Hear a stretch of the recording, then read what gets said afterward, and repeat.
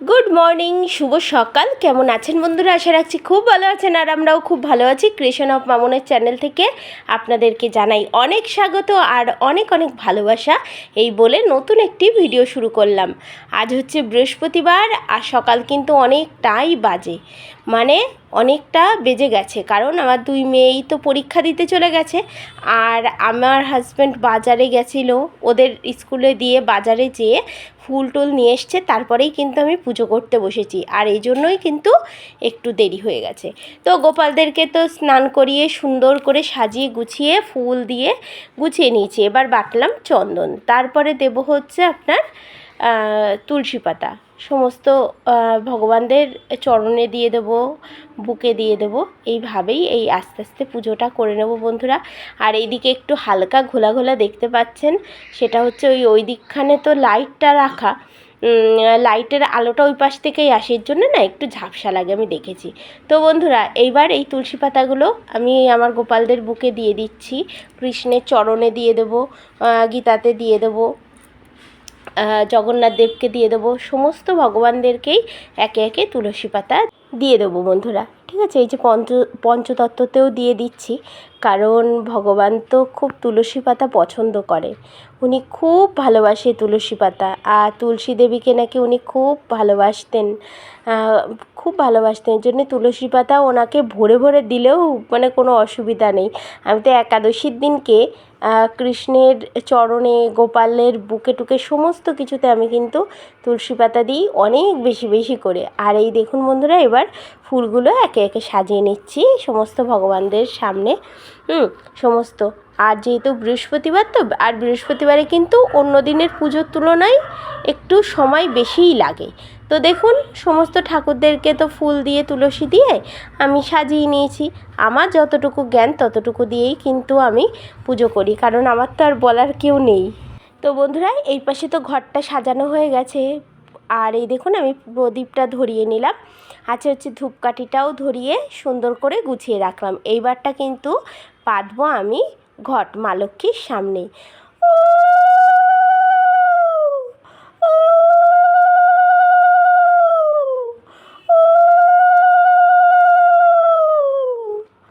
তো বন্ধুরা, ঘরটা তো পাতা হয়ে গেল।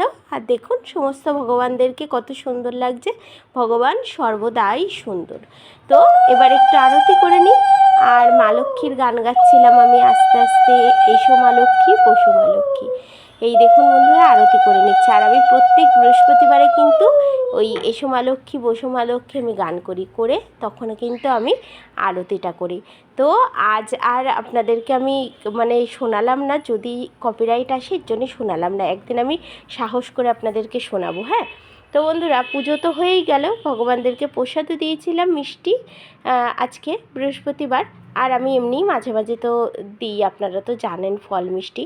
তারপর চলে এসেছিল আমার হাজব্যান্ড বাজার নিয়ে, আর তার মাঝে আমরা হচ্ছে চা আর বিস্কিট কিন্তু খেয়ে নিয়েছিলাম। আজ আর অন্য কিছু খাইনি, কারণ ইচ্ছা করছিল না।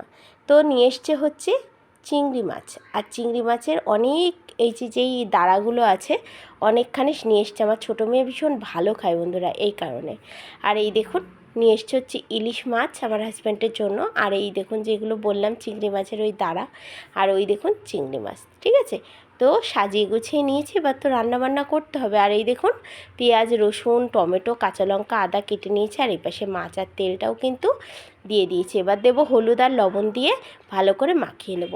আপনাদের সাথে আজকে আমি শেয়ার করব চিংড়ি মাছের মালাইকারিটা আমি কিভাবে রান্না করি, সেটাই আপনাদের সামনে আমি শেয়ার করব। তো একদম সিম্পলভাবে আমি রান্না করি, বেশি কিছু দিই না, ঘরে যতটুকু থাকে ততটুকুই দিয়েই। দেখুন, এই মশলাগুলো এবার বেটে নেব। ঠিক আছে, এই যে মাছগুলো একে একে ভেজে নিচ্ছি। আর বন্ধুরা, এর ভেতরে আমি একটা জিনিসই শুধু স্কিপ করে গেছিলাম, সেগুলো কয়েকটা দাঁড়া আমি যে চিংড়ি মাছের ভেতর দিয়েছিলাম সেটা ক্যাপচার করতেই ভুলে গেছি। আসলে আমি ক্যামেরাটা ধরেছিলাম, কিন্তু আমার না ওই অন করতেই ভুলে গেছি তাড়াহুড়োর ভেতরে।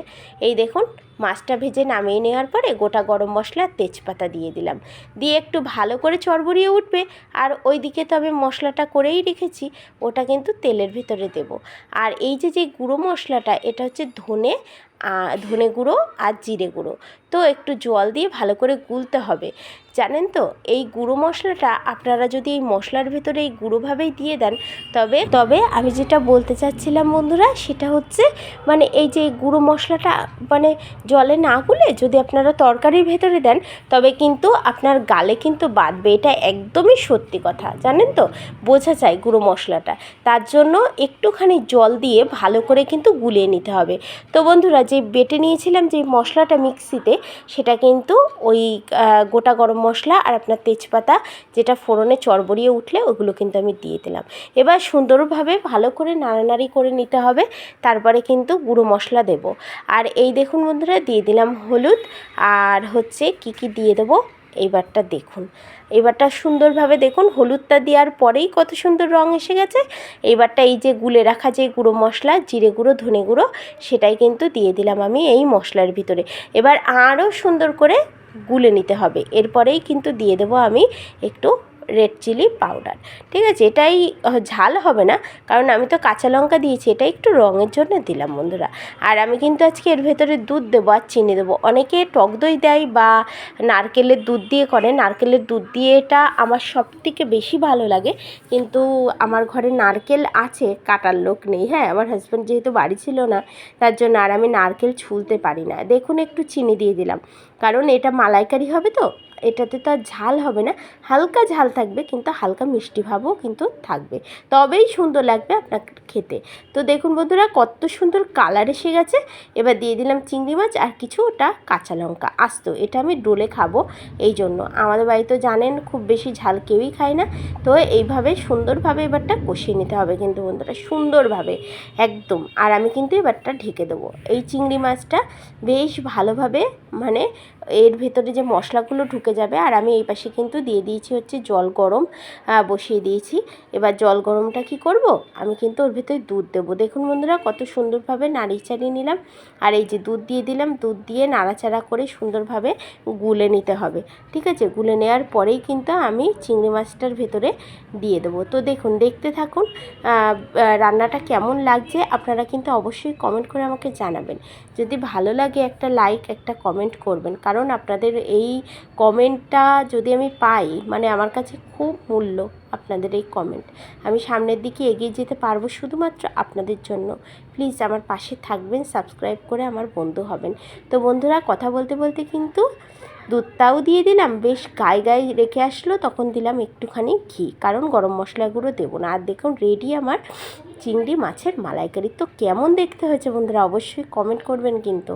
ঠিক আছে, যে কমেন্ট দেখতে কেমন হয়েছে আর কাদের কাদের পছন্দ হয়েছে, ঠিক আছে, তারা এসে আমার বাড়ি এসে আমার হাতের চিংড়ি মাছের মালাইকারি খেয়ে যাবেন। ঠিক আছে, আমন্ত্রণ রইল। তো এইবার ওই দিকে তো নামিয়ে রেখে আসলাম, তারপর চলে আসলাম হচ্ছে আমার মেয়েদের ঘরে। এসে সুন্দরভাবে কিন্তু আমি বিছানাটা পেতে নিচ্ছি, ঝেড়ে গুছিয়ে একদম সুন্দর করে, কারণ আমার মেয়েদের ঘরটা পাতা হয়েছিল না, বিছানাটা সুন্দর করে ঝেড়ে ওই পাশের ঘরটা করেছিলাম। ঠিক আছে, মানে আমার হাজব্যান্ডের ঘরটা।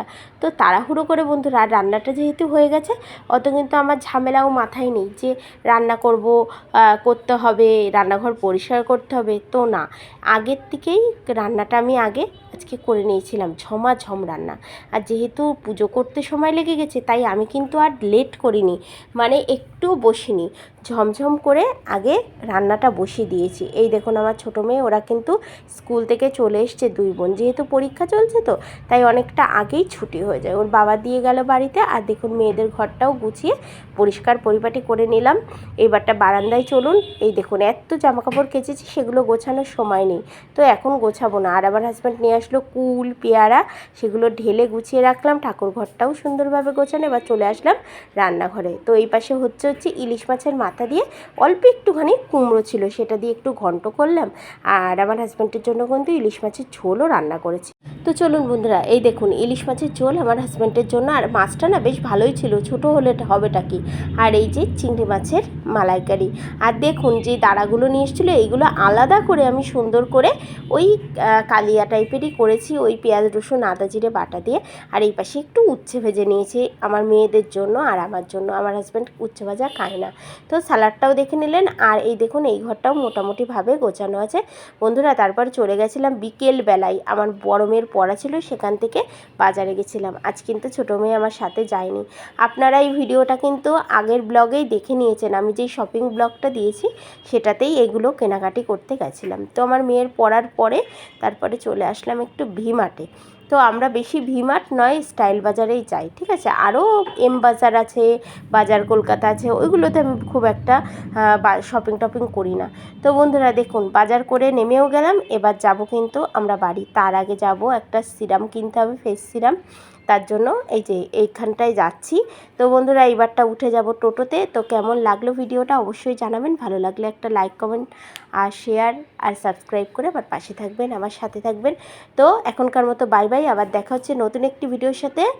ততক্ষণের জন্য সবাই খুব ভালো থাকবেন, আনন্দে থাকবেন, ঠিক আছে। তো চলুন আমরা এই রাস্তা দিয়ে যাই আর একটু গল্প করে নিই। তো দেখুন রাস্তার পরিবেশটা কত মনোরম। অনেকটা কিন্তু বেজে গেছিলো, আমি বাড়ি এসেছি।